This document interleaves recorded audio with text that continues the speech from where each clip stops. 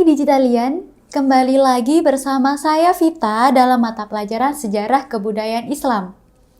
Kita masih berada di bab yang ketiga, perkembangan Islam pada masa Khulafaur Rasyidin. Adapun tujuan pembelajaran kita kali ini adalah membahas subbab yang ketiga, prestasi Khulafaur Rasyidin. Poin pertama adalah mengenai perluasan wilayah. Pemerintahan Khulafaur Rasyidin berlangsung selama kurang lebih 30 tahun, dimulai dari Khalifah Abu Bakar Asy-Syiddiq, Umar bin Khattab, Utsman bin Affan, dan Ali bin Abi Thalib. Pada masanya, banyak kebijakan yang menyebabkan umat Islam mengalami kemajuan.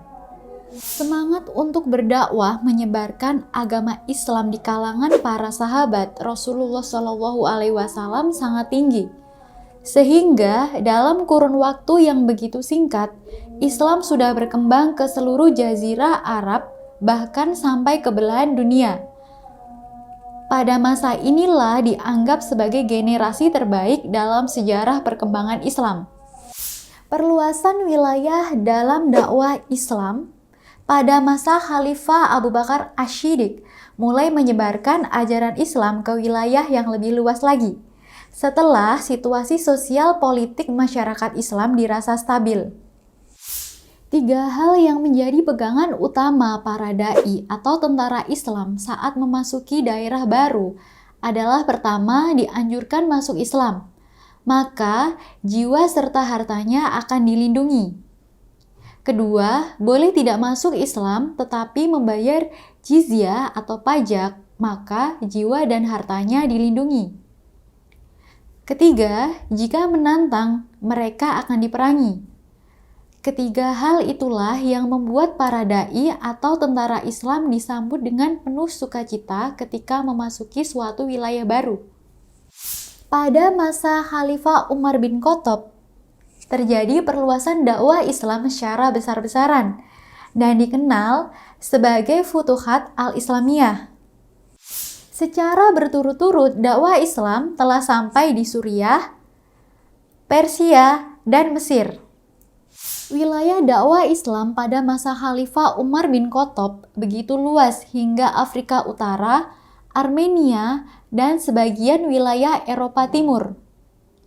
Guna memudahkan jalannya pemerintahan, Khalifah Umar bin Khattab membagi wilayah Islam menjadi 8 provinsi serta menunjuk seorang gubernur untuk memerintah pada wilayah provinsi tersebut. Perluasan dakwah Islam pada masa Khalifah Utsman bin Affan. Pertama, perluasan ke Khurasan. Utsman bin Affan mengutus Sa'ad bin Ash dan Hudzaifah bin Yaman memimpin pasukan Islam ke Khurasan. Kedua, perluasan ke Armenia. Salman Robi'ah al-Bahili diutus Utsman bin Affan berdakwah ke Armenia. Sebagian besar rakyat Armenia saat itu menyambut tentara Islam dengan sukacita.